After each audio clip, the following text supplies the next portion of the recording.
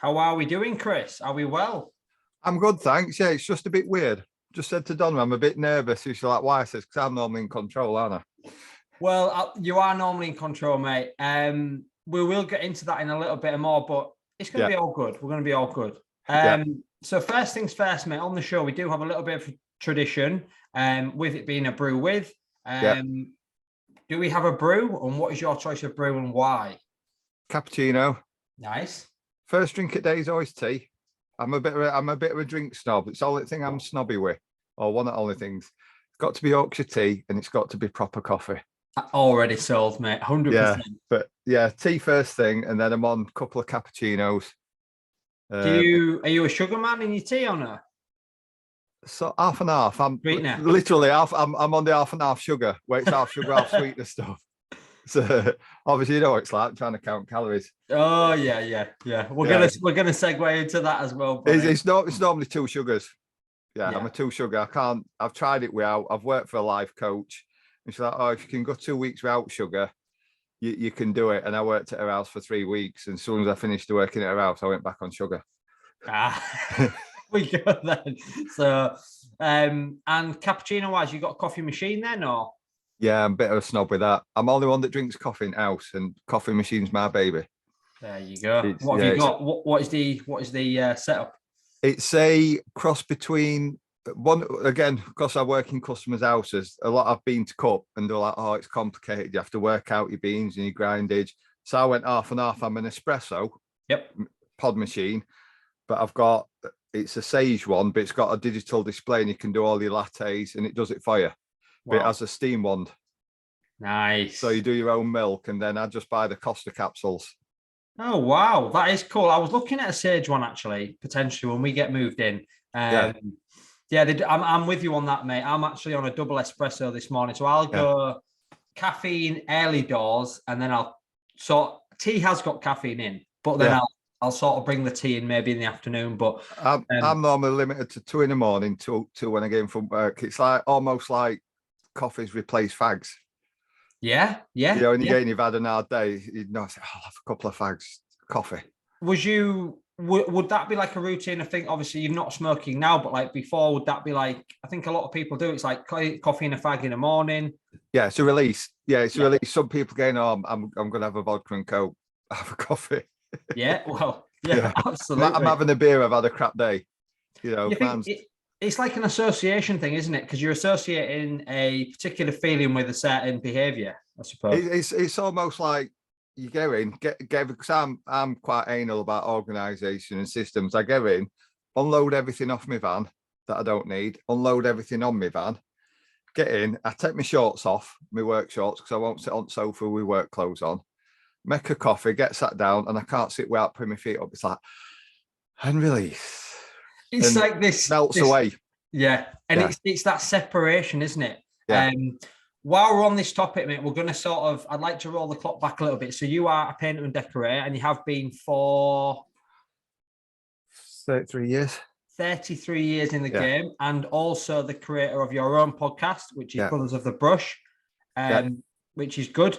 So what was it, Chris, about painting and decorating specifically that you kind of fell into it?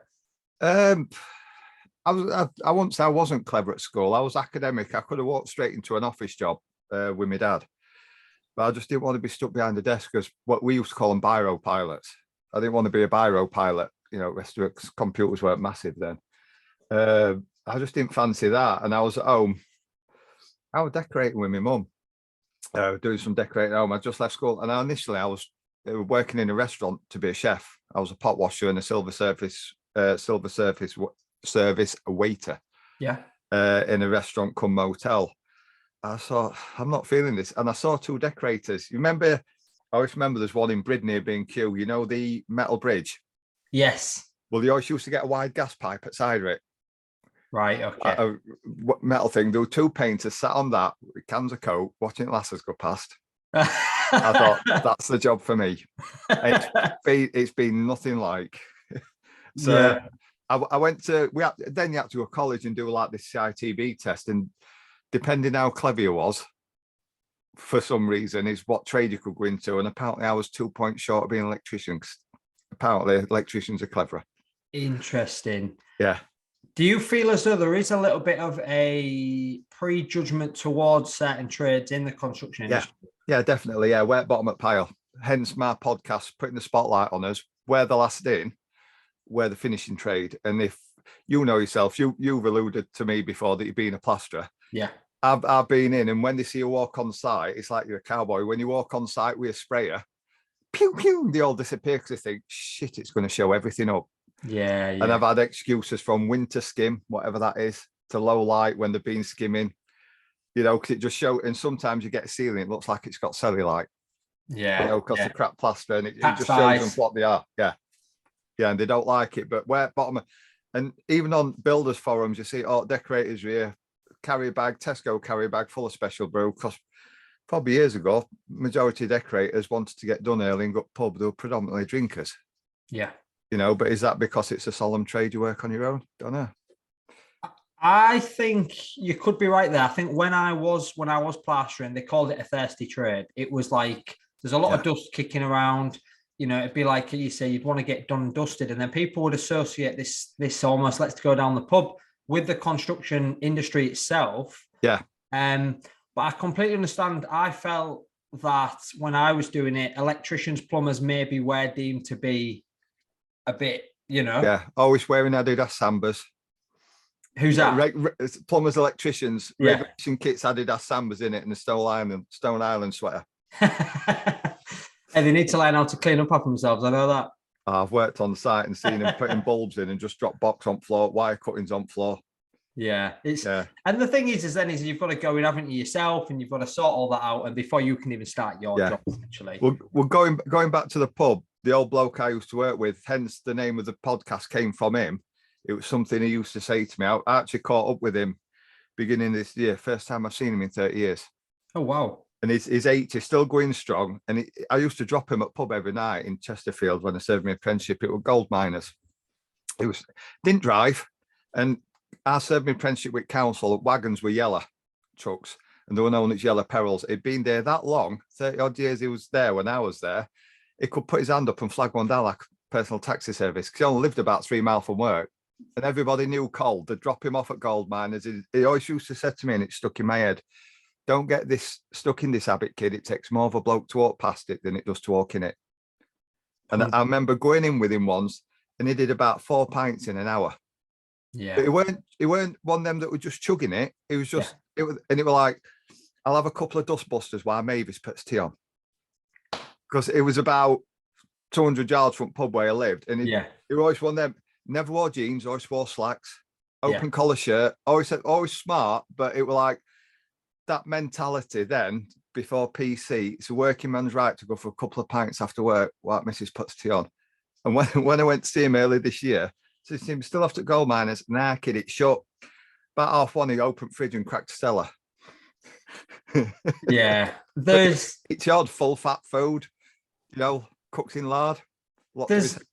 I mean, that is a generational thing, isn't it, as well? And I think the construction industry as a whole, when I was in Australia, it's completely different, because I feel, correct me if I'm wrong, like over there, you were very, very well respected. Like it was an art over there. Whereas here, I think people think, he's just in the construction industry. He's probably just It's been turned into a dirty trade. Yeah. And I put a lot of blame on schools, purely because they're churning kids out, and it's based on points, government scripts. Oh, look how many we've got to uni. And I had this conversation with me. We were out for an anniversary meal last night. I talked to them, went with in-laws, and they're on I think one's a veterinary nurse, and my wage is more than her wage. Yeah. You know what I mean? And it's like people just turn away from it because they've turned it into a dirty trade. And going back to Australia, I've done podcasts with Aussie painters, and I've done a podcast with a couple of expats, and there's a separation there. You're a painter, but if you can paper hang wallpaper, you can double your money, and you're very sought after. Interesting. So would they still be classed as like a painter decorator? Is there there isn't really a separation between? There's a separation more between, you can either decorate or you can decorate and hang wallpaper. Right. Okay, I'm with you. But then when we went to a German decorating show about 3 years ago, in Germany, all the countries like that in Europe, decorators at top of tree because at finishing trade, they're highly respected, best paid. Yeah. Over here, we're just bottom at pile, always have been. Well, and again, though, like you say, a lot of people through schools and things, they try and push you that way out, and they think that like it just creates this like negative perception of the construction industry, and maybe that they can't do well, so to speak. Do you know what I mean? Yeah, exactly. Because when I was at school, building trades were for thick kids that weren't educated enough to go into an office job. You know, it knuckle scrapers, whatever you want to call us. It were for thick. Whereas now, a lot of decorators I've come across that were educated either through self-education or were quite educated because come out of school educated and fancied a manual job. Do you feel as though there's been a bit of a shift in like mindsets of people in construction over the last few years? Like no, still working on it. Still working on it. We're still working. Yeah, we're still seeing it's bottom at pile. Right. Okay. Yeah, it's a constant battle at the moment. Decorator will sort that out. And what do you go to 4 years to college for to swing a brush like that? It's that mentality. If it's common phrases, if you can piss, you can paint. Yeah. Yeah. But you've got to pee in a straight line for 8 hours a day. That's our answer. Yeah, exactly. Yeah, exactly. And consistently as well, showing up and doing it, doing the work. And I think that's one thing a good, someone in the construction industry does offer. It's showing up, and it is being consistent, and it's not being afraid of getting dirty. And I think all these things are overlooked by, we spoke about like teachers and things. Yeah. People nowadays, I'm not saying everybody, but they might be afraid of hard work. Do you know what I mean? It's hard work. It's physical, but I mean, you're a podcast listener, so like me, an avid listener. How many podcasts do you listen to where host or somebody they've had on says, I've gone to uni, it's total waste of time as opposed to life experience? Yeah. Because the amount of people I know that have gone to uni and they've come out, I know one that went and did fashion, got a degree in fashion, they work in housing. It's very rare you go to uni. The only thing you come out with is a debt, and it's very rare you're doing a job that's out to do with what you did at uni. Exactly. And I think a lot of people, like for myself, I once considered doing sports science more recently, but it would be me creating the time to do it. Yeah. I would already have that life experience now to apply it to the degree. It's almost like they're attracted to the student lifestyle of partying, socializing. Yeah.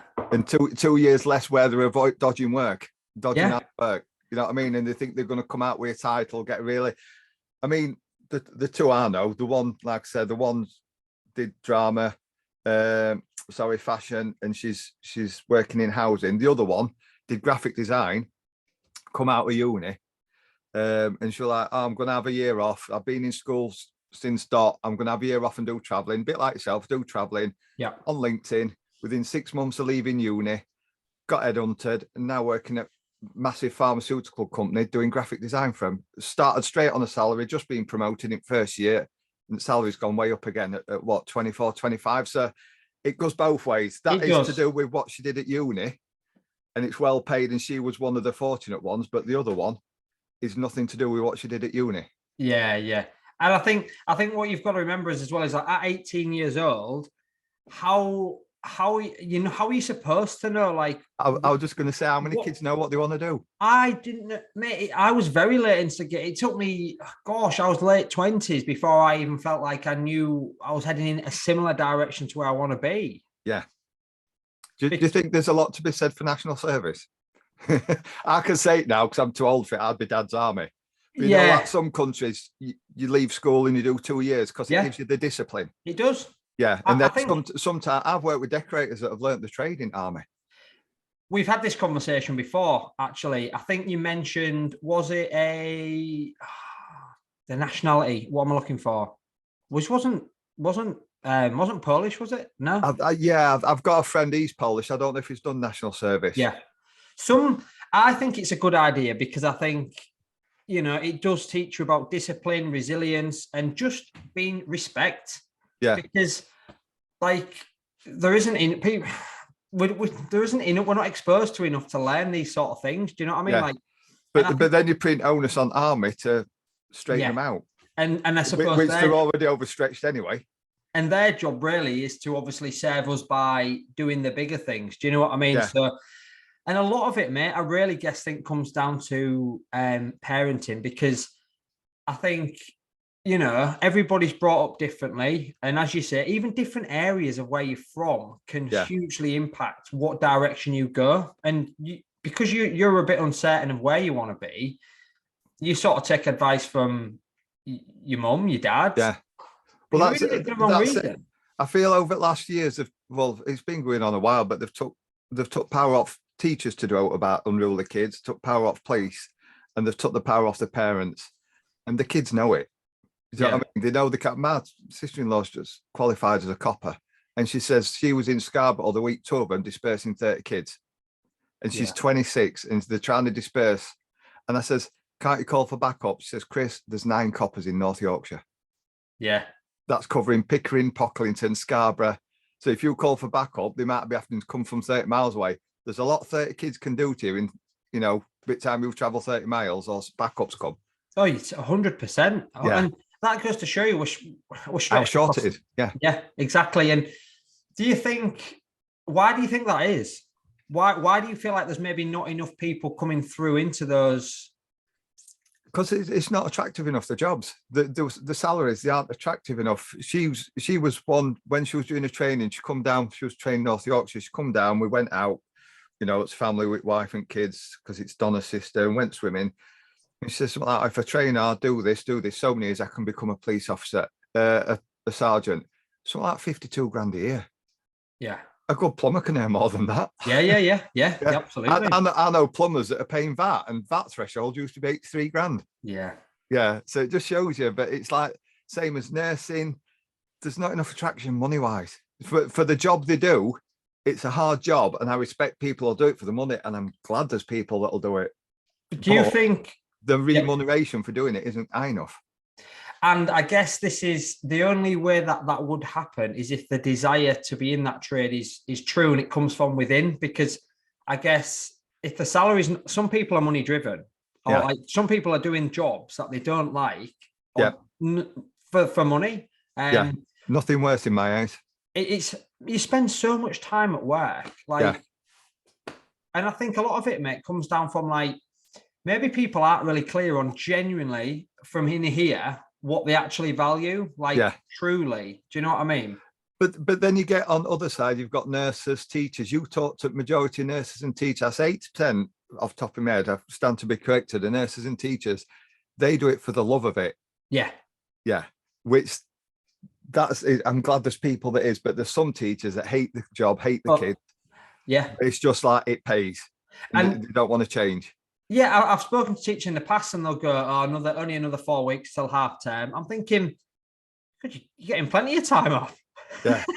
But not only that, I know that's a little bit of a different kind of side to view things, but I just think it's so important for people to just really figure out kind of who they are and why they're doing it. Because if I was to say to you, how do you feel now, with everything you've got set up? Do you feel now you've got a system in place that allows you to do the things you love around work while still not losing fulfillment of doing it? This is a massive topic on our podcast, work-life balance. I've been there, had a poor work-life balance and suffered because of it. I was proper workaholic, but it causes burnout. And I've been speaking to a couple. I came in and spoke to you and says I did an intro on a podcast. So I don't know if I've done the right thing, because I got a bit overwhelmed on something and I talked about it. The amount of people, because sometimes it's not just decorators that listen to our podcast, the amount of people that have messaged me privately and says, Chris, I totally get where you're coming from. I'm getting to that point now. Can you give me any advice? And it's just get your work-life balance in check. How would you say about going about that? Biggest thing for me, 2 biggest things for me was learning to say no, which is another thing. When I talked to them on the podcast, the amount of tradespeople that said they struggled to say no, when somebody rings up, can you fit me in? They struggle to say no because what if there's no work? Especially like now when there's apparently an impending recession. Yeah. The hungry and the wanting to want all the time. And what if there's no food next month? He's ringing up next month, I'll do it all now. I spoke to a lad last week. I said, lad, he's in his early 30s. He's got a podcast coming out with me. He was starting at 7 in the morning, finishing one job at 4 and going to another one till 8 or 9 at night, missing out seeing his wife and kids 5 days a week. Yeah. And I said, look, you've got to get it right and get your balance right. And for me, the biggest thing with that is you speak to men and they don't know what the burn rate is. Yeah. Whereas I've tripped, stumbled, fall and worked it out. And now when I listen to podcasts, I think I'm doing that, but I've learned the majority of it myself through trial and error, falling, getting back up, crashing and burning out. And it's like, I pay half my bills middle of the month and half at end a split. And I know exactly how much I need to keep rolling, hence my burn rate. And then if I get a day of rain and we're working externally in summer, beginning of every month, I write down what money's coming in. And say off the top of my head, I know I've got £5,000 coming in, which is very rare, like as a decorator, you get that. Yeah. But my outgoings are £3,000. If I get a day of rain, I'm not sweating. I'll take the most of it and think I'll have a day off and go out with Donna. Yeah. But like yesterday, went out and it cost us £500, new Uber, new microwave, and he didn't have a day's wage. So you've got to try and find a balance. Would you experience guilt for taking time off, mate? Maybe in the past? Oh yeah. That's what happened when I was on the holiday early. When me and Donna went on our holiday to Marcus, like my 50th or 40th, we were sat in Ibiza. I told you this in the beginning. I sat down, we were having a meal, and I filled up. And it's like overwhelming because you're like imposter syndrome. Yeah. We'd had 2 weeks with kids because family rule is family holiday first. If we can afford it and we've got the time, then me and Donna will have a little break. And it was, like I said, big birthday. So I'd booked year before, five days in Ibiza, sat having a meal. I just welled up. And she's like, what's up? I said, missing dog, missing kids. And I'm thinking, how the hell have I got here? And you're thinking, I'm just a decorator. But it's like she says, you've got your ducks in a row, you've got your systems, you work hard, effing enjoy it. Go and get a pudding. She knows better than anyone. Go and get a pudding and just don't get a toss what people are saying and judging about you because you feel guilty because you're thinking, oh, am I to be having all these holidays and these? But you've got to celebrate the little wins, and that's what you struggle with because you're thinking, do I deserve this? And then if you ain't got the kids with you, and then it comes back to that one on a weekend. Do you You've got three pronged fork on a weekend. You spend time with wife and kids because you haven't seen them all week. Do you go and work a weekend to pay for stuff to be done in your house or to pay for nice holidays? Or do you spend the weekend working at your own house where you hardly see kids to get your own house decorated or your own house, garden done? It's a constant juggle. I think it is for a lot of people. And with that guilt, would you say, how have you overcome that, mate? Truly, like what? Is it through the systems in which you've put in place? I haven't. Yeah, you don't fully. I mean, I'd say 85%, 90% I'm there with work-life balance, but I don't think you're ever going to get to 100%. You're always going to feel that bit of guilt. We went out in camper van last weekend, kids were at mum and dad's, stayed out for the night, felt guilty because we didn't have kids with us. When dog rolled, we'd go to Whitby for the day and feel guilty because we hadn't took dog with us, but we know we couldn't walk that far. It's always there. And I think, guilt is something, there's different ways to view guilt as well, isn't there? We're all going to experience it from time to time. And I guess some guilt is good to experience because it brings its awareness to show that you do care for that certain thing, say family, work, things like that. But I think when you said there about being overwhelmed and things, what's your thoughts on overwhelm itself? Like how, overwhelm is obvious, and you mentioned about imposter syndrome. If you could just give the audience a little bit of an insight, because there's probably, I know I suffer with it. Imposter syndrome. Like who am I? Do you know what I mean? How would you combat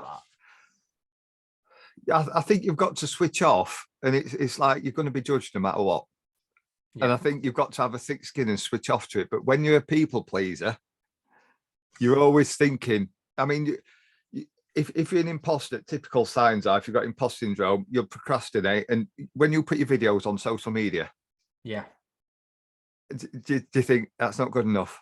Yeah, mate, yesterday. I need to redo it. Need to do it. That's imposter syndrome. And I, mate, I was a perfectionist up until about Christmas last year.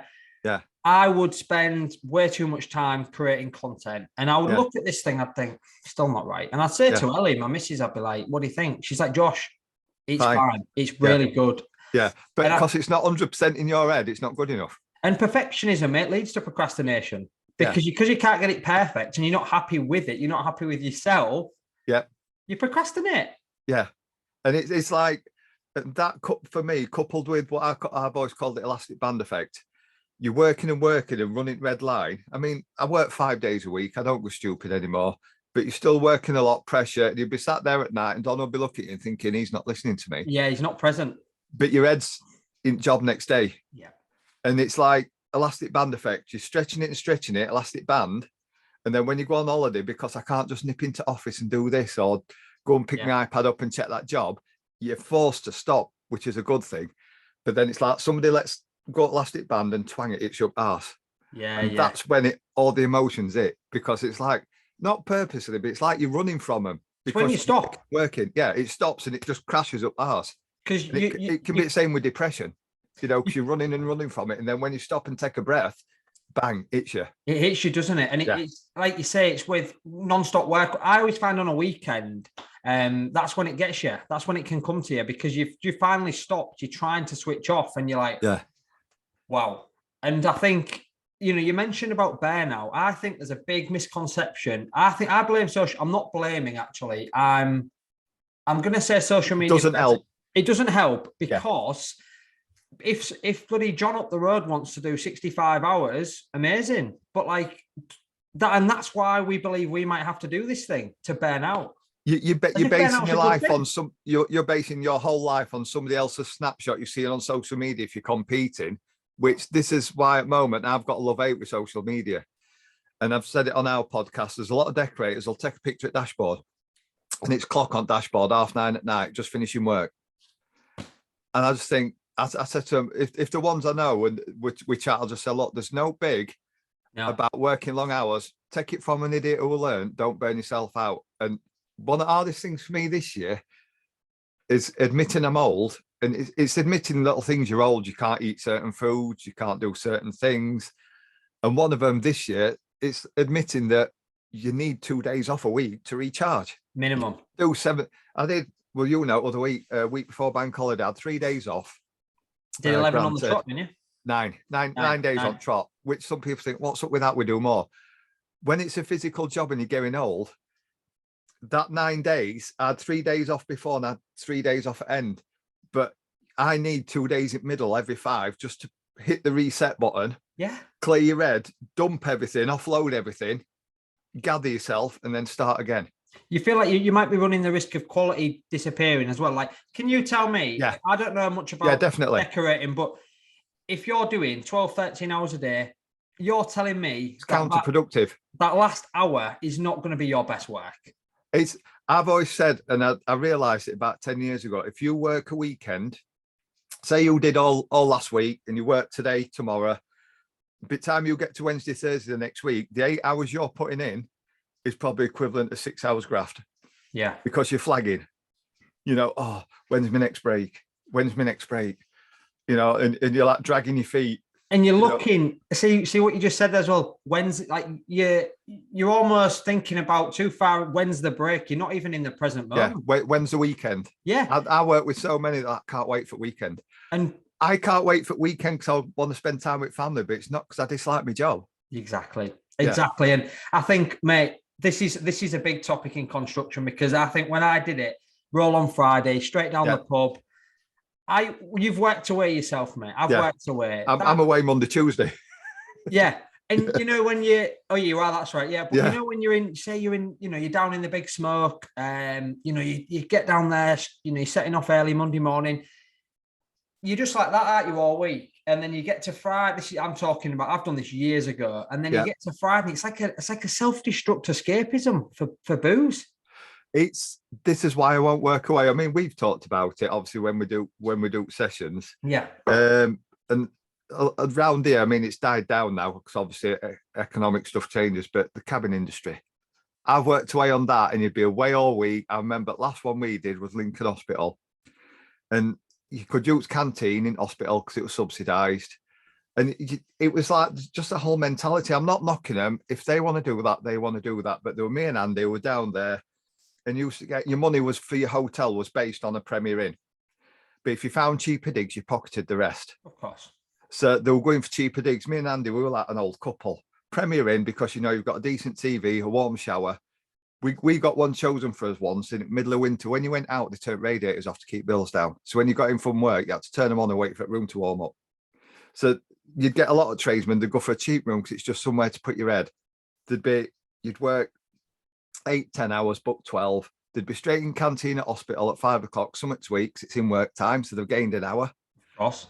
Back to digs, changed, and straight out on lash every night. And the extra money they've earned, they've spent on beer and that lifestyle, but the wife's happy because they've took a full wage home and they're not dipping into it, going to ex-servicemen's at night. They've took 500 quid a week home instead of 450 because they've took a bit out for beer, but they've earned an extra 200 and blown it in pub.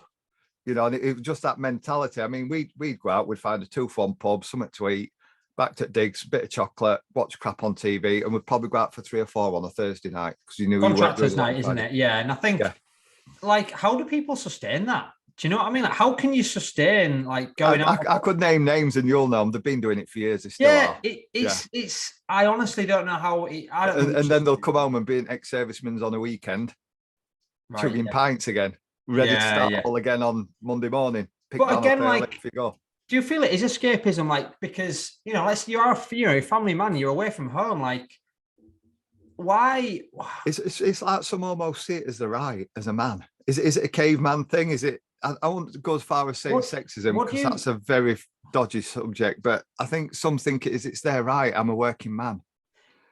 What's your question for them, mate? What's your perception of a man? What would like, I think there's a big stigma, isn't there, around it all? Yeah. Like, what do you think is how do you think people view men? I think for me, probably years ago when I started, I mean, like I said, I've been doing it 30 odd years. Yeah, well, I'm not 50. I've been doing it 34 years. And when I left school, a man was the breadwinner. I think all that's changed.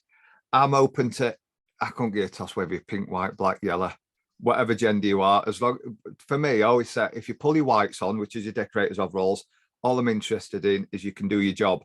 Your gender, you're somebody's lover, partner, wife, whatever, that's weighed out line. I'm not interested. You're a nice person. You're right with me. I'll be right back. But I'm all for women being in the trade. I won't say men are the breadwinners anymore, but for me, my job is protector of my family, of my unit. You provide, you protect them, shield them, look after them, bring them up to the best of your abilities, and you do it as a team with your other half. Whether she works or not, it's a different matter. That's a discussion between you and your other half. Is she going to be a stay-at-home mum? Which I have big beliefs on that. I think being a stay-at-home parent is harder than being at work. I go to work, I get 8 hours break from kids. Yeah. As lovely as it sounds. Yeah. I couldn't be a stay-at-home parent, it'd do my treeing. Yeah. My mate used to say, my missus is sat at home reading Take a Break, smoking fags, drinking. You're a doer, Chris. That's the thing, mate. Like, you want to be. They don't see half of it. I couldn't. Yeah. The amount of family admin I know it sounds petty, but arranging shopping. Donna's had about 4 letters on side to sort out this morning for after school clubs. Yeah. Reading. You have to sit down and physically do the homework with your kids as well now. Yeah. Oh, yeah. You're getting back into education yourself, aren't you? Yeah, and you're like, when it was COVID, I'd come home and Donna said, I'm struggling with this maths. And I looked at it and it's totally different from what I used to do at school. Yeah. No long divisions, no that anymore. No. Even down to English. It were verbs and few bits of thing. Now it's adverbs and this. I'm like, what? Yeah. My lad is 9. He comes out with stuff. I'm like, really? When he sat down with Queen, because obviously that's been a hot topic. You're only allowed to speak to the person on your left. Oh yeah. Where'd you learn that at school? Interesting. And this relates back to what we spoke about a few moments ago about, we were saying about schools and things. I guess there is some benefits because it's all progressed, hasn't it? Yeah. And kids, this Generation Z, they call it, isn't it? They're obviously, because they're exposed to a lot more now with YouTube, social media. I think it's a good thing. It's also got negative things. I think it's the ability for kids to communicate together. I'm not talking about COVID or anything, is harder. I think they feel maybe more awkward in situations because... Yeah, it's like the art of conversation's gone. Yeah. I said to my daughter, she's meeting friends tomorrow. It's one of them's birthday. They're off to a laser tagging. and they're on WhatsApp messaging. And I said to her, "Do you need picking up?" "I don't know. I'll have to ask on group." I said, "Why don't you just pick the phone up and ring them?" But they don't like doing it. But I listened to a podcast, and the bloke had made a fortune out of that because he realised his wife, rather than avoid because you were avoiding human interaction, she'd pay £3 more to order from a takeaway that was on Just Eat than have to ring phone up and order it. So he built a boiler business out of it where they could just book it online because nobody likes talking to you. It's crazy. It's not the best way, is it, to view it? I mean, it's convenient, but it's not good. Like, have you noticed, like, when you're out and about in public now, and everybody's just got their heads down on the phones, and you pause and you look around. What's that? We holding your phone out in front of you and talking to you when you're walking. I sound like a proper old fart now. Yeah. The design told 2 years it costs people are frightened your brain, but they'll walk out and you can hear the conversation because they're holding it out in front of them, in front of the face. I'm thinking, what's that about? Yeah. Well, unless they're voice noting, I guess that'd be the only thing. Oh, they're talking to people wandering about supermarket. Oh, we've mentioned this before, and like you almost think they're talking to you, don't you? Yeah, I just think, the FaceTiming while they're walking around supermarket doing shopping. Do you want some of these? Yeah. You know, I'm thinking, I do sound like an old fart at times. I just don't get it. You know, there's all sorts driving about with your hood up. Yeah. That's not safe because you're not aware of your surroundings. You prefer peripheral vision sort of thing. Yeah, absolutely. But it's a youth culture thing. I don't sound like I'm down on youths, but surely it's wrong. Yeah. And there'll be somewhere down the line that perhaps some influencer has behaved in that way, and maybe that's carried on. You know, TikTok and things. I don't have it. But I could go into a full-on old man rant, grumpy old man. When you look at some of the music, and there was one that was on. I mean, I'm not down on rap, I like old school rap, 90s. You know, proper old stuff. But you see them now, they're riding around supermarkets on bikes with the hoods up, and then because of COVID, they had a mask on. Now kids think it's cool to do that. Yeah. Because they've seen the favourite rapper on TV doing it. And it just breeds bad attitude. Yeah. And that's when I sound like that proper old fart. Well, definitely not. It's how the times have, it's sort of changed. We're exposed to so much and things, aren't we? They can't differentiate and think, well, that's a music video. They're not doing it for real. It's almost like Instagram. It's curated. Yeah, it's through a lens as well. Like, yeah.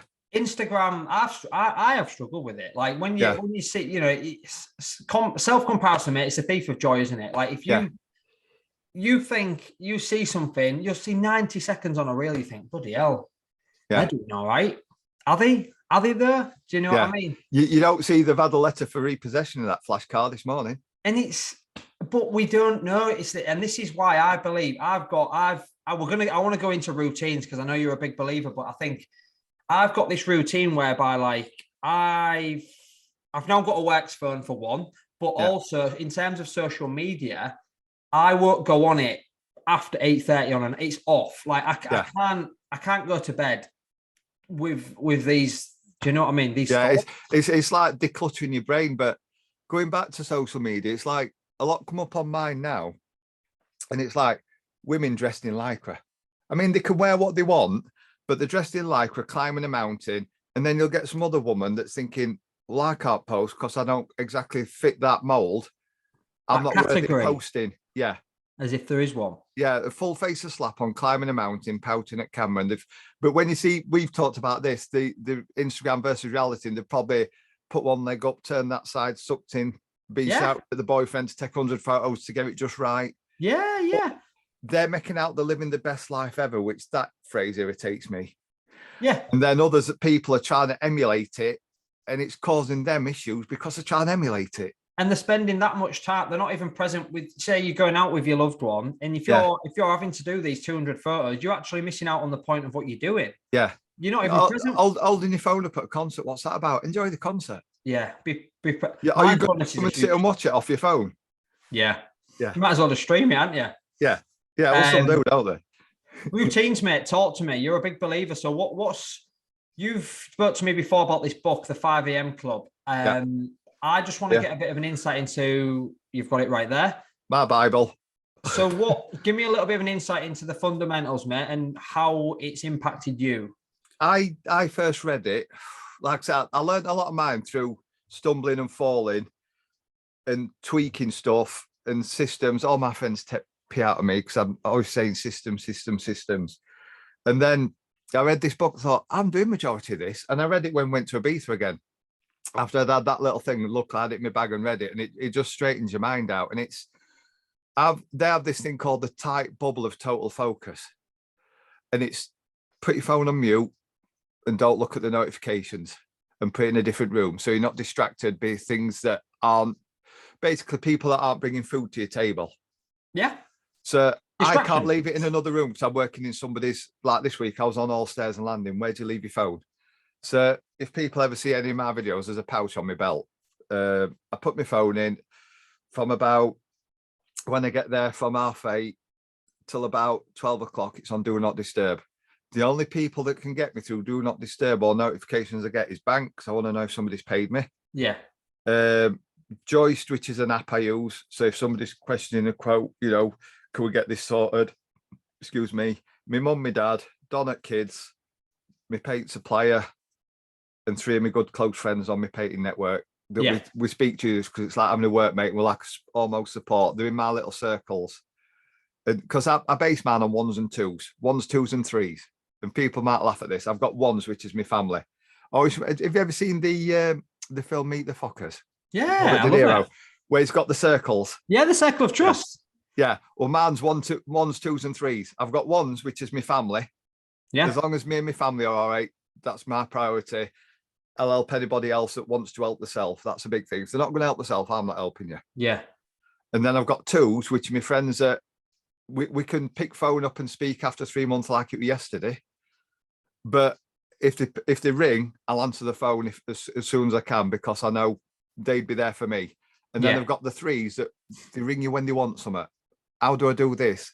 My sprayer's not working. 1s and 2s are close. 3s, I'll answer you when I've got time.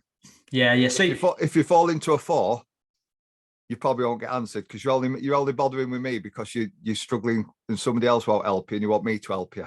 Right, so, I'm with you. And then first 2 hours, audiobook. I try and do 1 a week.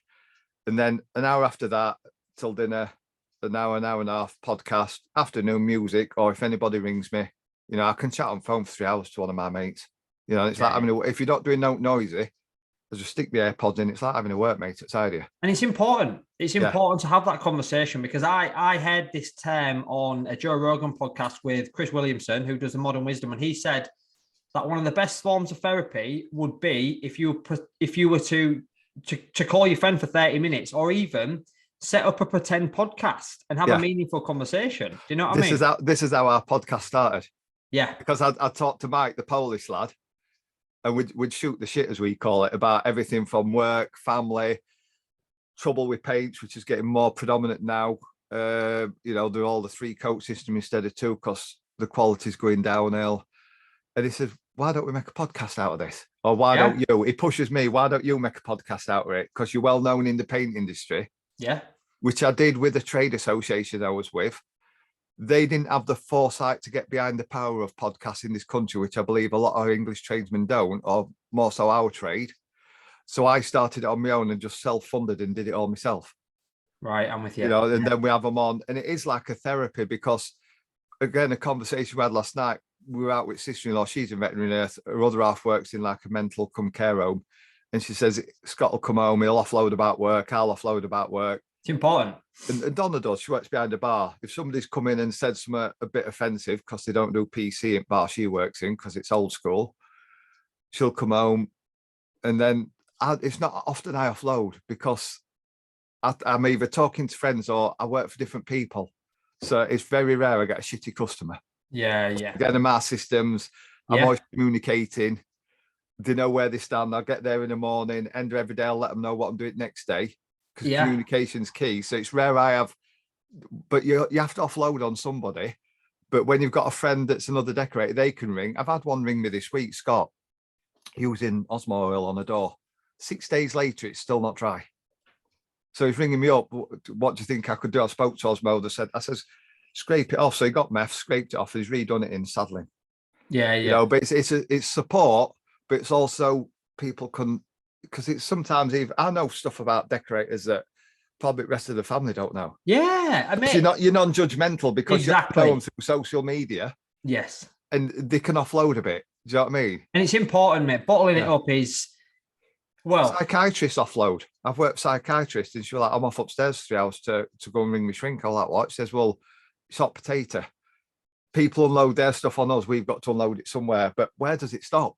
It doesn't. They've got to be end at railroad somewhere. Who stops? Everybody's offloading.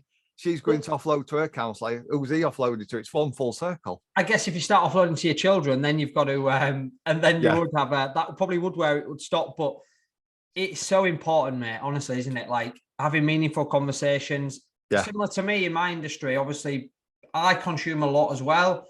Yeah. And I'll say to my missus, I'm like, I'll give her a ring. And you do feel that, I bet you feel like a shrink sometimes, because I bet some of your clients tell you stuff they haven't told their other halves or they haven't told their friends, family. Mate, I mean, we chat about all sorts. I've laughed, don't we, about all sorts. Yeah. You know what I mean? But I bet you know stuff about your clients. You think, bloody hell, I could sink ships with this. Yeah, you could. You could. And everything's confidential. And I love that aspect. And I'm more than happy. You know yourself, I like to help in other, because it's not just exercise. Yeah. It's a mental thing. The mental thing. It's physical fitness, mental fitness, you know, and life fitness, isn't it? And I say you need to be fit in business, fit in health, and fit in finance. Because they all work together. Yeah. It's like 3 pillars almost. And is in this mention about like routines of mornings and things, is exercise one? Well, I know it is for you. It is one, isn't it, for you, that is in there as well? Yeah. I would do 5 days, but I know you're keen on rest. Yeah, you've got to have some rest. That's where the magic does happen, mate. Yeah. But I'm going to roll back the clock a little bit, because I know in the last couple of years you have sort of brought like a regular exercise regime into your life. Yeah. How much would you say that has improved not just your quality of life, but other people around you? Do you feel? It's that. The 5 a.m. club, going back to that, you get up and they have this 3, I can't remember proper full term, but it's like 3:20s. It's 60 minutes, 20 minutes of exercise, 20 minutes reading, 20 minutes of meditation. That's right. You don't have to follow it, but it's almost that sort of thing, and it just clears your head. But then I followed this other one. I stumbled on him. I spoke to you about it. I'm trying to get him on a podcast. James Boardman, Man Coach. Yeah. And he has these 4 pillars. And you do his free 5-day course, and you have to self-audit. And that, I'll swear, that is fucking hard. Yeah. To yourself and self-auditing, that wakes you up. Oh, you find out a lot about yourself, mate, when you actually start auditing yourself. And this is where I had my priorities wrong, because you have to, one test on one day, they're only short tests you do, and they'll put a question on group, and you have to answer it by 9 o'clock in the morning. And one of them was you had to put these 4 pillars in order, which was work, personal development, relationships. I can't remember what the other one is. And I put work at top, because in my head, without work, you've got none of the others. I think it was family, other one. Yeah. But it's not, it's family.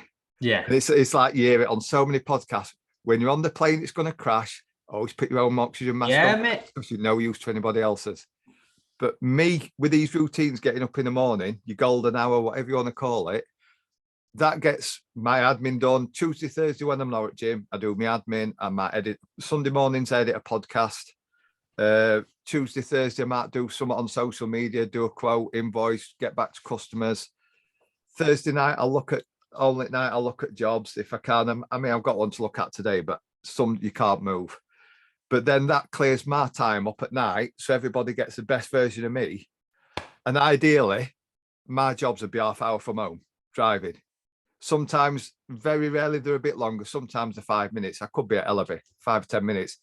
My ideal time in my head is half hour, because while I'm driving home, I declutter my head of work stuff and sort of transition from Chris Kerfoot, decorator, to Chris, dad. How do you do that? Music. And it's daft things. Before I leave work, I normally have last cup, if customer haven't made one, I pour out my flask, last cup, I look round job, and I walk through the job the following day. I'm doing. Get my phone out, and technology's bad, but it's as good as it's bad. I have notes on my phone, which I'm obsessed with. Lists always have been. It's something that a shrink picked up on years ago. It's bullet pointed. Yeah. Right, tomorrow I'm doing emulsioning ceiling, do it walls, and put a list of what I want on my van, and it's got bullet points. So then I can leave work and know I'm not going to get there tomorrow 20 miles from home. I think, oh shit, I forgot that. And you're not like, you're just set up and ready for it, aren't you? You don't have that worry when you start having your tea. It's like, I'm done. Yeah. And I finished Thursday this week. I got home Thursday, unloaded my van, and I had a list on my phone because I'm away Monday, Tuesday in Scarborough. It's about an hour or so drive. I don't want to forget out, but I had a list and put it on my van so I can switch off the full weekend from work, go up Monday and go. Yeah. And I'm not going to get there and think, oh, I forgot this, because there's so many outside decorators, because that's what I talk to. So many people I speak to, decorators, that earn good money, but they could earn more if they had systems in place. Because they'll get there, oh, I need to nip out to Johnson's for a bucket of paint. I forgot that. It's an hour out your day. Add them up over here, that's a lot of money. Yeah, mate. Like, oh, Chris, you're being anal, you're petty, you're rigid. All them together adds up to a lot of money. And I think to kind of break your systems down even further, mate, you could almost look at habits, because there'll probably be things in your life you do automatically now which serve your system, which as a result serve your business, won't there? Like, your daily habits, mate. Those daily habits. Do you know what? I'm that anal, I irritate myself. Yeah. I was sat at work the other day and I looked round, because my company colours, red, white and black. I look round, I've got a pair of gloves I wear for work sometimes if you're doing a dirty job. They're red and black. Even down, I've like this little rubber tub. You used to get the big ones on building sites. You'll know them, the Rhino buckets. Yeah. I've got a little promotional one. It's about the size of a mug. I got it in red because subconsciously, it's company theme. You know, it's branded red, white, and black, everything. And I look around and think, Jesus God, you're so anal. How much stuff you bought in red and black? Yeah. If it's for work, I can get in red and black. I'll get in red and black, even down to roller frames. One brand over another because they're red and black. It's a part of you, mate, isn't it? Now, like, work is work, but it is who you are, isn't it? Not saying that is just who you are, but it just becomes a part of you and a big part of you as well. And I've struggled with that in past, knowing that people take piss and judge me for my systems, but now I just think, do you know what? I couldn't give a shit. I'm winning. They're all earning good money, but I'm probably one step ahead, or as Boris says, ahead of the curve, because I've got the systems in place. Because what's good money for one, mate, is not for another, is it? And I think it comes down to what you value truly. Like, you've spoken to me before about what this is a question on our podcast. How do you know when you've made it? Just because it's subjective, everyone's take on it is different, and it's just to get everybody's take on it, because I want to see I like to know. I love people watching, and I love to know how people's minds tick. And if I says to you, how do you know when you've made it? Your answer will tell me what sort of person you are. Yeah. Because it comes down to what you value, mate. Like, you value your family, you all these things you value. You're not going to be working Saturday, Sunday because you value your family too much. Yeah. So, like, I'm going to kind of roll this into, what is success for you, mate? What do you deem as success for you? It's getting the balance right. And this is something I've come to terms with recently through subconsciously. A lot of the books I read, I found myself switching off to social media, probably watching more YouTube than TV, especially on my breaks at work. It's more educational to watch a YouTube video on video editing or camera or something, or traveling abroad in a camper van, than it is watching what John's doing on building site here, showing you what his latest purchases. So you think, I need to buy that. Yeah. So, and I find the more books I read subconsciously, the more the self-development books and learning about yourself. And that comes in with a lot of tradespeople I speak to when I say, how do you know when you've made it? Oh, well, I want 5 vans of crew decorators. I feel like I'm swimming the salmon that's swimming against the current, because I'm going smaller. Yeah. And they're wanting to build. I'm going smaller because, for me, as I've got, I think that an age thing again, time's your most valuable thing you've got. And it's the Stephen Bartlett, 24 chips at the roulette table. They're going to take 8 off you. You've got 16 left. Be careful how you spend it. And I was watching Celebrity Big Brother once, and I can't stand the bloke Lionel Blair. And it's when he said to Jim Davison, it's when you realise you've got more years behind you than you have in front.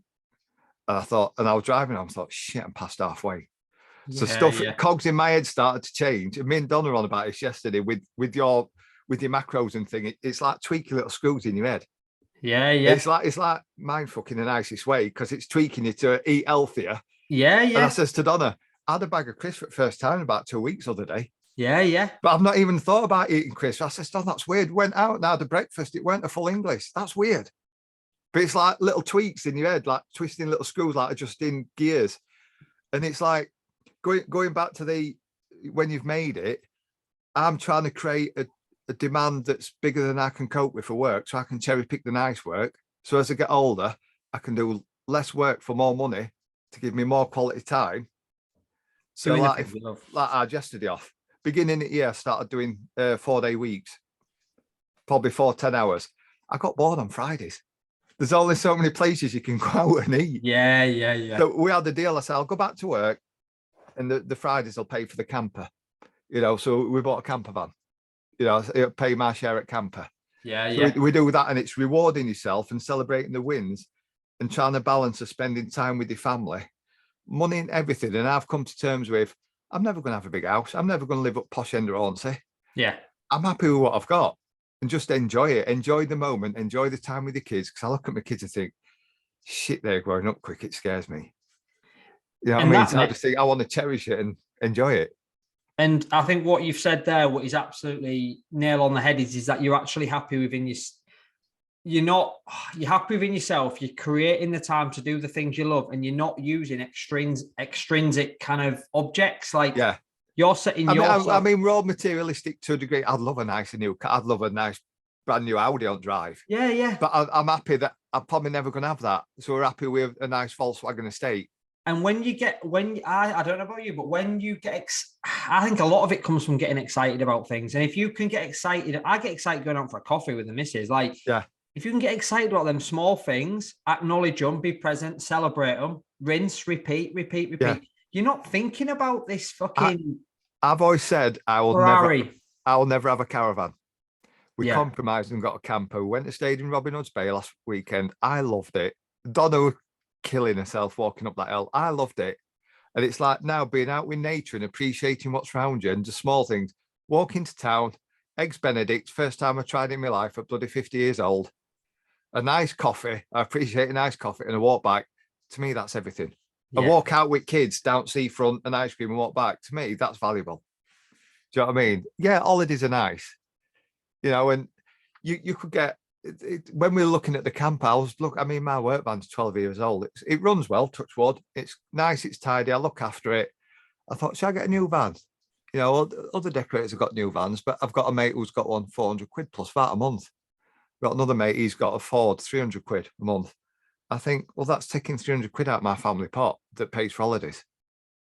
So I think, I wouldn't say I'm not materialistic. It depends what it is. Yeah, mate. And it can be. And the thing is, as well, it can be for whatever you deem as. It's sort of trying to get in a mindset. And me and my friends talk about this, and sometimes I fail on it. Do I want it or do I need it? Yeah. It's sometimes I buy stuff just because I want it. I'm guilty of it this week. I'll not say what it is. But majority of the time, I think, do I need it? I try and leave it 2 or 3 weeks and think, do I need it? Can I live without it? Can I manage with what? That dopamine hit as well. Yeah. And then getting a new van, it'll probably feel great for 3 months, loading it up, driving about in a flash new van. And then 3 months later, it's another new surrounding it. When you walk outdoor and work's quiet in January, you think you've got mortgage, 300 quid payment on a van, and I just think it's another noose around your neck. I'm trying to avoid commitment with stuff like that. And in the way my business is, I don't owe anything. Don't owe a van. I've got nothing on HP. If things turn to shit and I had enough, I could go and work with my brother in a coffin factory.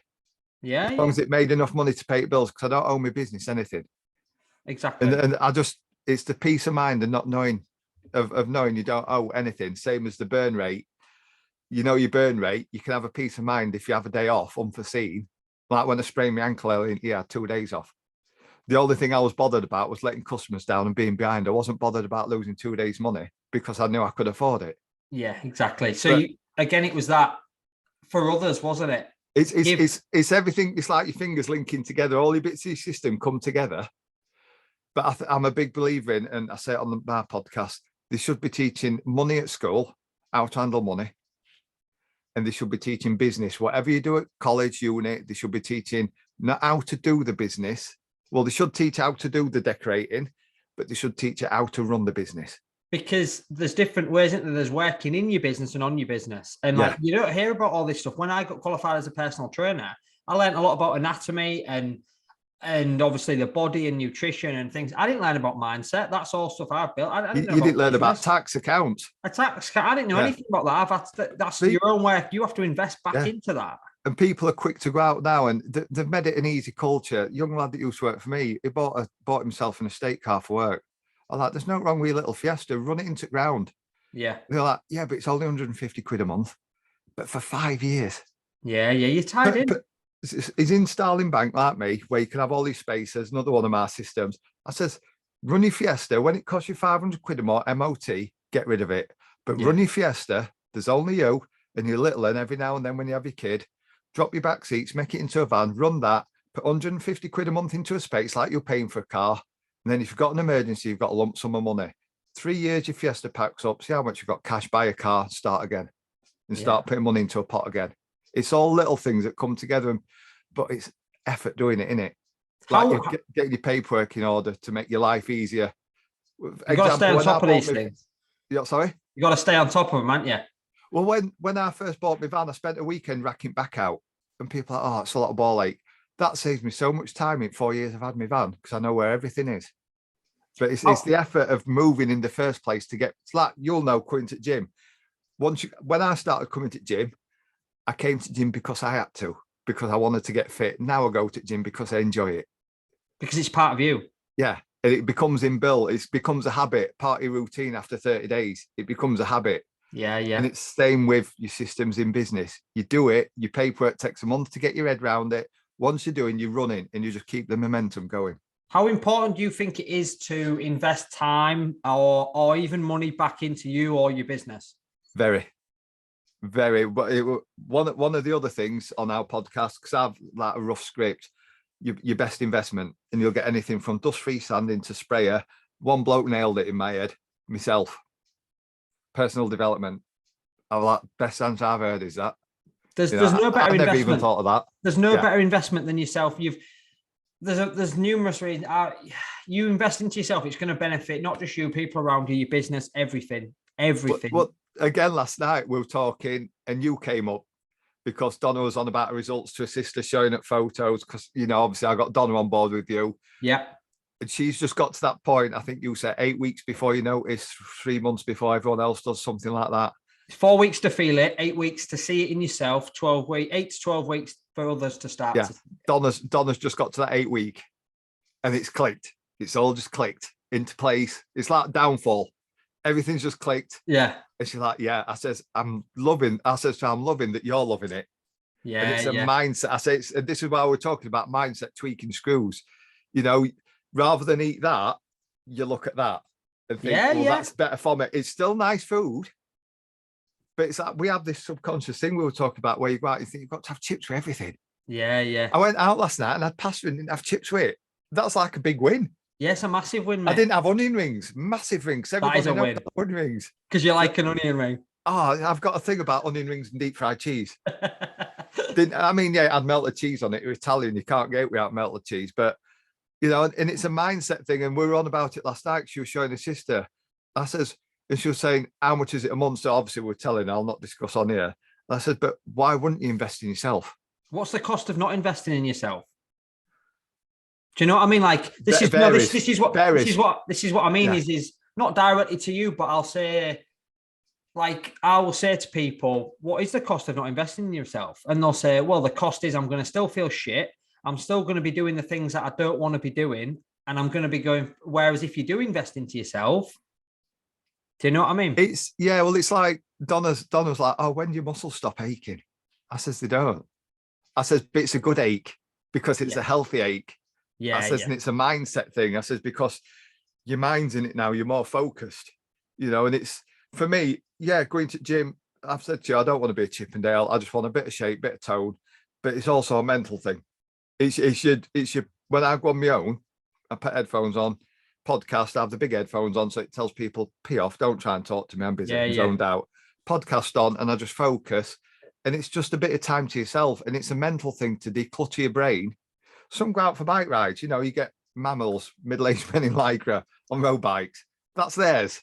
Yeah, and own it. Absolutely own it. Do you know what I mean? Like, some go out motorbike racing, some go fishing. I don't get fishing, but I get the mental side of it. Same as golf. Yeah, it's time for you. And going back to what you said about Dono, I completely understand. Like, it's once that penny drops, once that light bulb ignites. Yeah.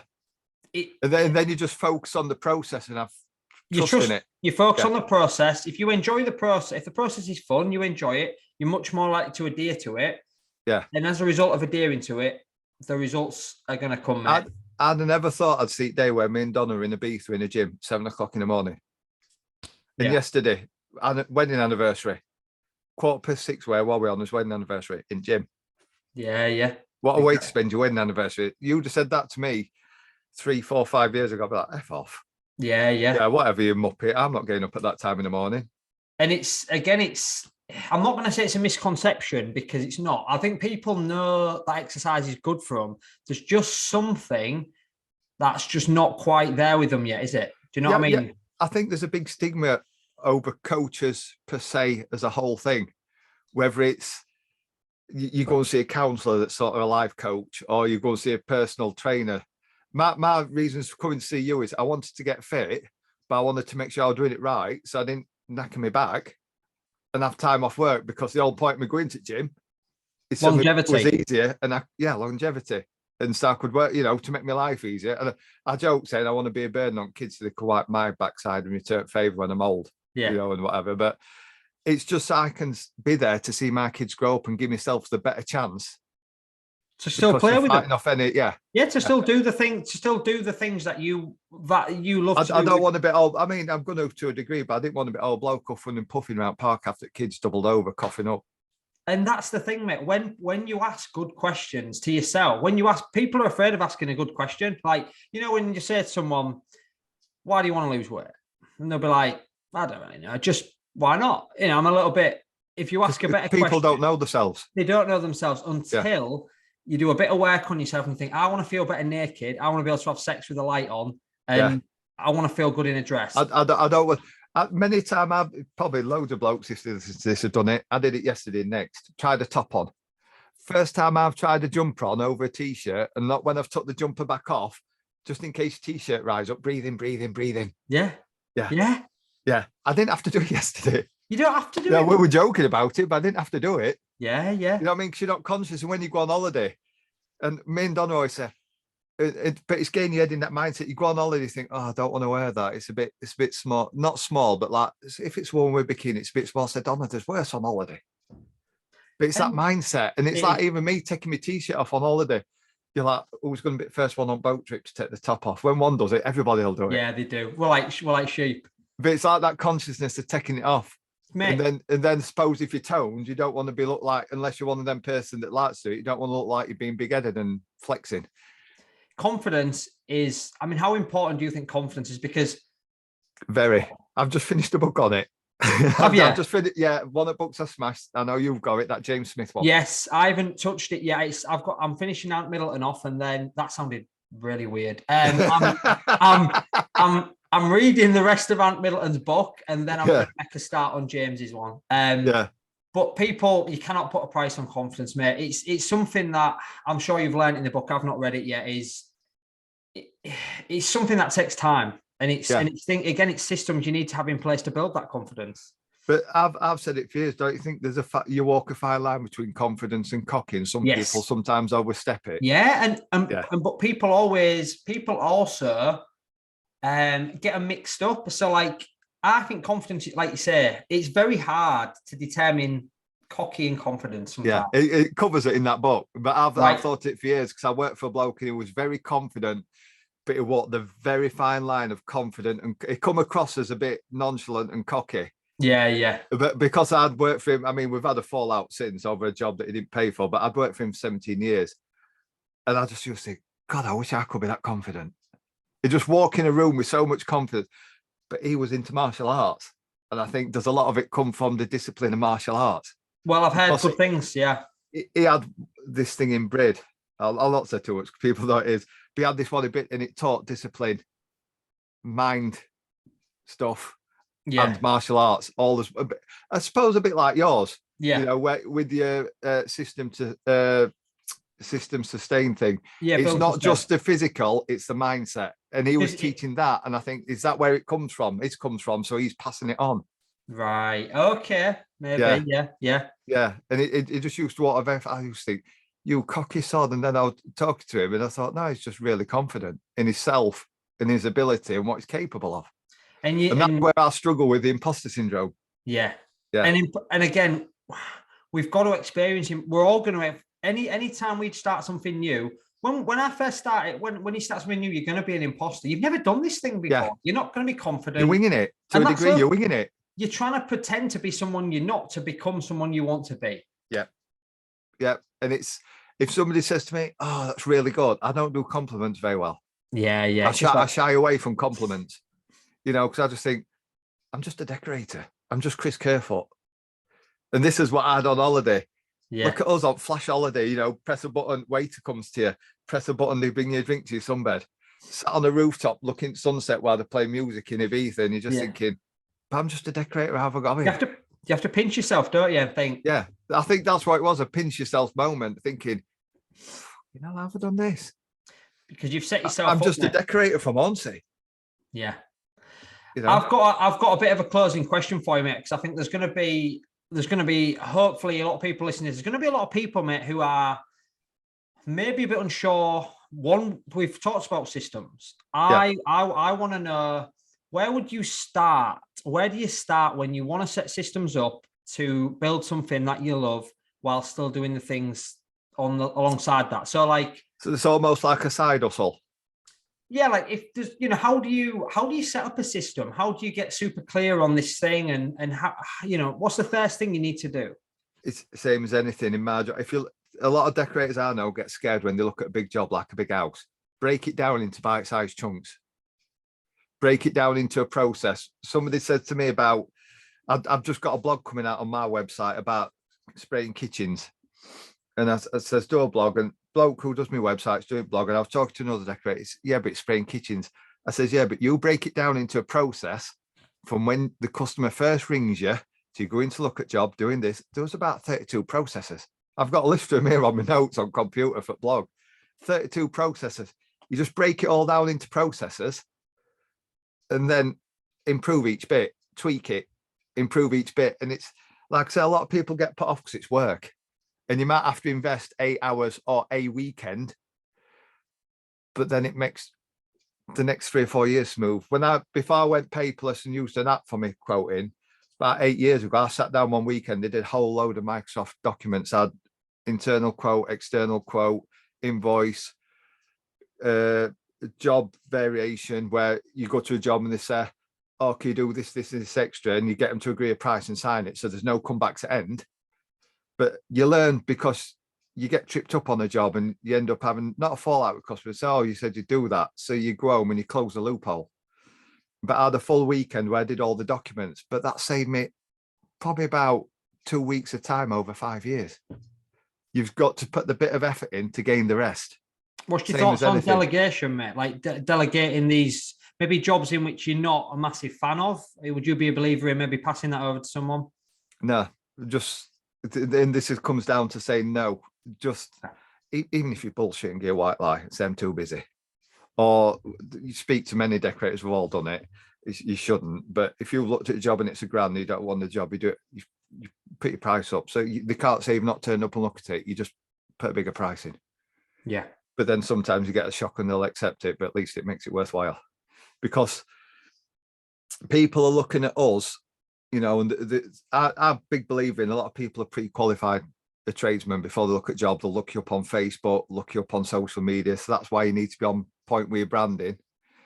And then they've pre-qualified you. But then when I go look at a customer, I don't know if it's just me or because I did, going back something to do years ago, I did a course where I wanted to be a psychotherapist. I did like an introductory course on communication. And it helps with my podcast, leading people down a path so they open up, a bit like you're doing.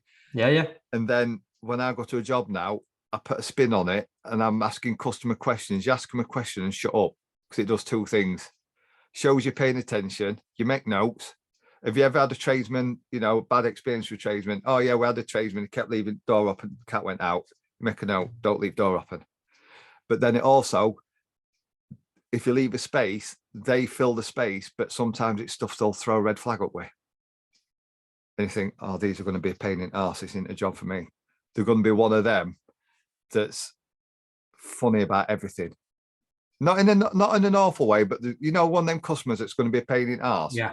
You probably get them that come and they don't make any effort. They go away. Me and Don are on about this the other day. I say, I wonder if Josh has got in them pain in the arse where they go away and say, well, I've changed exercises because I didn't like doing that one. Or I know my macros are well over, but I like my proper fresh orange juice. I don't like that one. You're gonna get this, aren't you, mate? And that's like for me, if I go to a customer and they're throwing red flags up, once you get past 2 or 3 red flags, because there's some I think, well, I'm not that idiot tradesperson. I do communicate, so I know I'm all right communicating, so I can disregard that red flag you've thrown up. But there's some, when they start throwing some red flags up, you just think, not for me. What you've said there as well is, mate, God gave us 2 ears and 1 mouth, and I think nowhere enough people listen. They don't pay attention. And I completely understand where you're coming from, because, it's not always a case of, is the tradesman or the coach right for it works both ways, mate. And I will say to people in the consultation process, I'm asking deep questions. I need to get to know this person. Are they right? Are they right for my business? Yeah. Can I help them? I've found more so lately, it's like through the personal development thing. I mean, I can talk for England. I'm a Yorkshireman, but I found I do it with acquaintances on social media. I find me being silent tells me more about somebody than them opening their mouth and watching their actions and what they're saying, rather than what they're not saying, rather than what they're saying speaks volumes. Listen to what they're not exactly right. Yeah, it's you can stand back, and you can think, and just sit back and long pause, or you can watch them on social media thinking they'll tell you one thing, but their actions are screaming another. Yeah. Or they'll tell you one thing, or they'll not tell you, but what they're doing or what they are telling you, it's screaming something totally different. And you mentioned this to me before about social media, where you've mentioned this to me before, because you mentioned it about how you've got to be true to your values, aren't you? Yeah. And if you're preaching Herbalife or Slimming Well, but and you've got to be clear. I know one at the moment that's in this. You've mentioned Herbalife. It's not Herbalife, but a similar sort of thing. And the local, I think because I think we spoke about it. Living the best life on yachts, aeroplanes, this, that, other, super skinny. They've never struggled with weight in their life. They've always drunk full fat Coke. Always had fish and chips on a Friday night. Always had kebabs. Never struggled, but they're giving this impression that, I have this body wrap and this and this and this, and it makes me like this. It doesn't. And it's impacting so many people around them. Yeah, it's awful. It's awful. But how do you stop it? It's always going to be there. Have you ever seen the film Purge? No. It's where you get a day a year to go and kill people, murder people. It's some futuristic thing. Right. Okay. They're a bit scary. I doubt your other half. Something you're not telling me, Chris. Pardon? Something you're not telling me here. No, but the people know the films. But it's like I said, if these influencers or wannabe influencers, if you had a purge and you could go out and just, brutal as it is, kill 10 influencers, there's going to be another 100 behind them. So I've just come to terms with fact and just think, do you know what? Switch off. Unfollow these people. Yeah. It's a bit hard for me because I'm in a sort of political position because of the podcast. It comes across as a bit rude if I unfollow them. Yeah.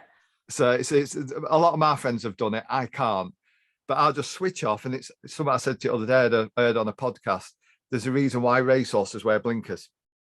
Yeah. I just channel and look forward and think, does it affect me? No, because at the other end of the country. Is it on my patch? Nope, I'm not interested.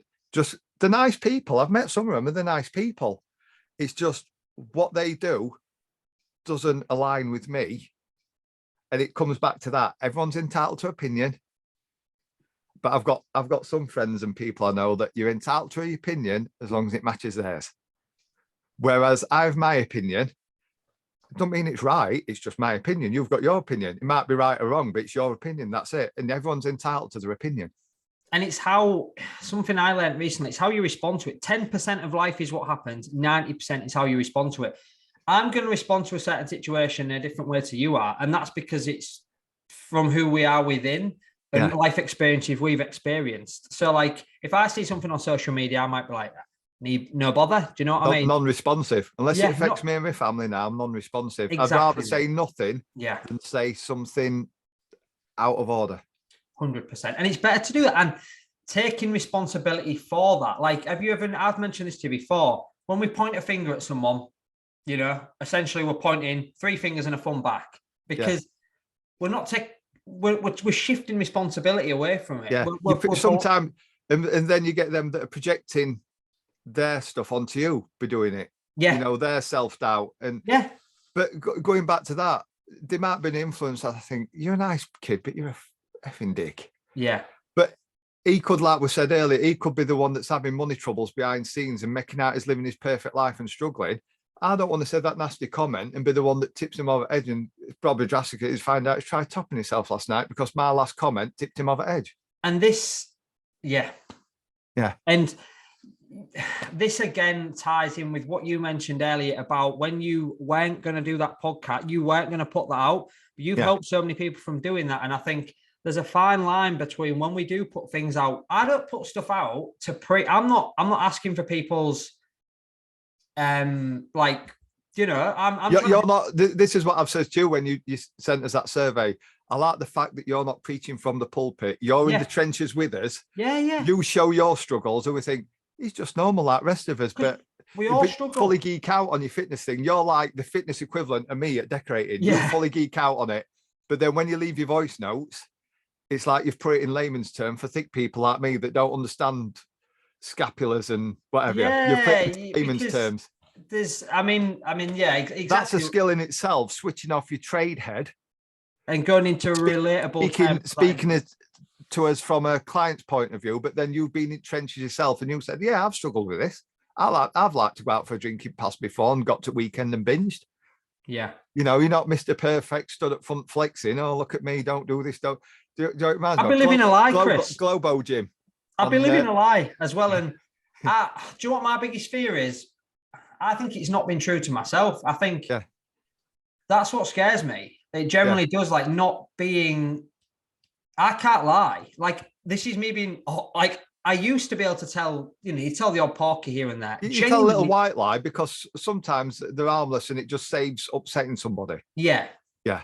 But like a genuine, there's just something in there now. I don't think it's a bad thing. I'm like, Jesus, I can't do it. It's just not, I can't behave in this way. You can't pretend you're something you're not. Exactly, mate. Yeah. And it's a big thing. Like I say, it just reminds me of that film Dodgeball with Ben Stiller. Yeah. Yeah, you know, where he's preaching and he's sat binging at end like. Chuck Norris. You can't keep a false mask. You can't keep your mask on forever. It's going to slip at some point. So you're better off just being, and this is what I struggled with, just being yourself from the start. I used to, on my podcast when I first started, I hate the fact that I had a proper Yorkshire accent.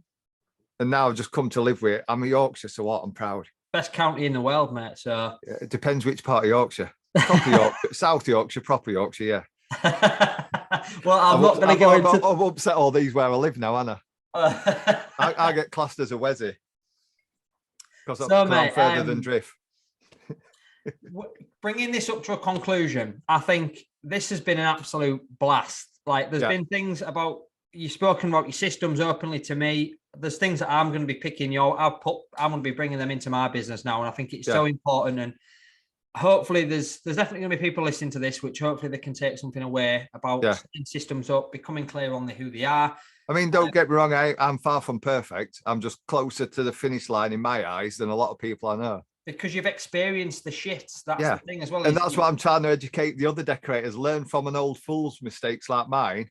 I spoke to a friend the other day and said, look, glad you're going through this at 30. Don't go through it like 40 like I did. You've got 10 years ahead of me to get through it, you know, and get it back in place. Exactly. I want to just touch a little bit about your podcast, mate, just to round it off. So what's kind of next for the podcast? Where are you heading with it at the minute? I don't know. At the moment, it's a little bit. Is it like, I know it's like a hobby, isn't it? Generally? Yeah, it's a time zapper. Yeah. But sometimes it's in the nicest way. Sometimes, I need to do that this week, need to edit that, but I want to go out with kids and family. Yeah. You know, sometimes I'm in here at 5 o'clock on a Sunday morning. You know, and you just think, I'd like to get it. I mean, at the moment, we're coming up to what, 40,000 downloads? Isn't bad. Wow. People say great, and I think, well, yeah, it's a podcast. You know, like I said, I just don't do compliments. You know, it's doing okay. That's what you've done. Though. You've been super consistent with it, mate. You've just kept going. Yeah. And as a result, you kept going. Them downloads have come, and I think that's one of my traits. Once I get focused on something, it's almost like addictive personality. You've got to rein it in sometimes because it can get not negative, but it can get too obsessive. It can. Donna says to me all the time, "You've got an obsessive personality." Do you know what I mean? What she says, that's what you like with Jim. She says, because once you get your head in it, and if somebody tells you can't, you'll do everything to prove them opposite. Exactly. You know, somebody says to me, you can't create a Facebook group for decorators, it won't work. It's worked for 10 years. You can't do a podcast. When I was in trade association, it won't be successful. 37,500 downloads. It's successful. It's a limited belief, mate. People are saying things that has not even happened yet. They don't know. You don't know it's not going to work until you do this thing. Yeah. Action is the only answer. Like you can't. And if you manifest this stuff, I'm trying to invest in kids because my little lad's got a YouTube channel. Yeah, and he gets upset because he only had 10 subscribers. Don't look at the subscribers. What you said to me. I don't focus on the figures. Nah. And I'll say to him, but he is worse than me with stuff. You know, not the imposter syndrome, but everything's got to be perfect. We joke saying is we call him awful. We call him Rain Man. Yeah, yeah. Because if sat at table mat's got to be square. Everything's got to be just so. And if you don't, you get frustrated with yourself. But we were at gym. We come back, and obviously Eldest looked after him while we nipped at gym for an hour, only a mile away. And he come back and he put a YouTube shot, and I don't care. I look at him and think it must be something for kids. So like 4,500 views in 2 hours. Yeah. But I'm thinking, I'll encourage him and let him embrace it, because that's what it's going to be in future, isn't it? If you can make something of it. Especially at that age now, Chris, as well. He's super confident. It's like, hit that subscribe button, ring that bell. And me and Don like, where's the gate from? Because me, Donna and Lucy aren't like that. Yeah, yeah. You know, it's where it's going for. I think nurture it. Let him get on with it. Embrace it, mate. Let it. Yeah, exactly. Let it go. Let it go. Yeah, 100%. But back to the podcast going forward. I'd like to go abroad. I mean, I'm off to Amsterdam next month, and we're talking and meeting up with, because there's sort of like a spin-off of it called Bar Bob, where we're in a bar, you know, just chatting at bar like you would. Painters come and go, and we chat at bar about everyday stuff. I'm off to Amsterdam with a couple of my mates for my birthday, and I'm on about meeting up with a couple of Dutch decorators and doing Bar Bob Goes Dutch. Okay, yeah, cool. In person, it'd probably be in a coffee shop there. Yeah, you know, it might get a bit out there. I mean, if you're in Amsterdam, the more cake you eat, the worse it gets. You know what I mean? But yeah, I'd like to go across to America and do some across there. We have a decorating show, sad it is. I'd like to do them from there, like roving reporting. Not sad, mate. There's a show in Germany, I'd like to do it from there. It's exciting stuff. I don't like being in front of camera. So that's my big nemesis. I don't like being in front of camera. I like to be behind the camera. If anyone sees my videos on socials, they're all done from behind camera, and it's rare I talk on them. But don't you think there's something quite satisfying about being in that uncomfortable situation of like doing something? No, that's so. I mean, I ain't perfect. I struggle. There's some stuff say, yeah, you need to do this. You need confidence. I'm like you. I struggle. Yeah. I ain't Mr. Perfect. I struggle with stuff. Yeah. You know, I had to do a promo because one of American trade associations picked it up, so it's getting played on their platform in America. They sent me a 30-second intro video in portrait explaining what I am, what we do, and what we are. And they sent me a definition. But you know what Americans are like, have a super nice day and all. And I think it took me about a month. Yeah.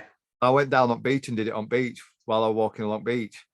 You know, and people saying to me, just be yourself. I like, yeah, but I'm just a Yorkshire Muppet. Yeah, I understand. Yeah, I understand. Yeah. And it's that, again, that comes back to who am I, doesn't it? It really does. Yeah. But no, mate, where can the audience, because there is going to be a few, you know, listening out there, hopefully, where can the audience find you, mate, in terms of where is the podcast available? Oh, man. Right. I'll reel them off. Brothers at Brush podcast. We're on, we don't do YouTube. We are Apple, Spotify, Pandora, all the usual ones. There's a Facebook group for decorators. There's Instagram. And then obviously there's my Facebook and Instagram, which is Chris Kerfoot Painter and Decorator. Just search my name. It's not a common name. It'll come up. Perfect. You know, but yeah, easy enough to find. We're out there. Good, mate. It has been an absolute blast. Yeah, I've enjoyed. I was nervous, but I've enjoyed it. Once I get rolling, I just don't stop. You are very easy, mate. Obviously, I've known you for some time now. You're very easy to get on with. I'm always picking your brain. I can be a bit. I know my faults. I know I can be a moody sod. That's something else I've come to terms with. I know my own faults. I know I can be childish. I know I can be moody. Yeah. You know, and it's hard to admit them to yourselves at times. It is, mate. It is, but. You know, I think we've all got our little faults and things. As long as we're working on them, you've got to learn to accept them, haven't you? And you've got to learn to accept other people's. Exactly. Yeah. And you can only control what you can control. And if you're focusing, try not to take it personal. Just think, me and Don always have this thing. People laugh at us and call it smug marriage because we've never had an argument, and we've been married 11 years yesterday. Yeah. Like, never. And they call it smug marriage. It's not what you say, it's how you've said it. How we say it. And I guarantee I'll hold my hands up. Majority of the time, it's probably me that says stuff off a lot of time because I'm rushing out to work in the morning. Don will say something. I'm just going outdoor and I'll answer it. And I'll come home and say, that was a bit off you said this morning. I'll say, what? When I asked you that?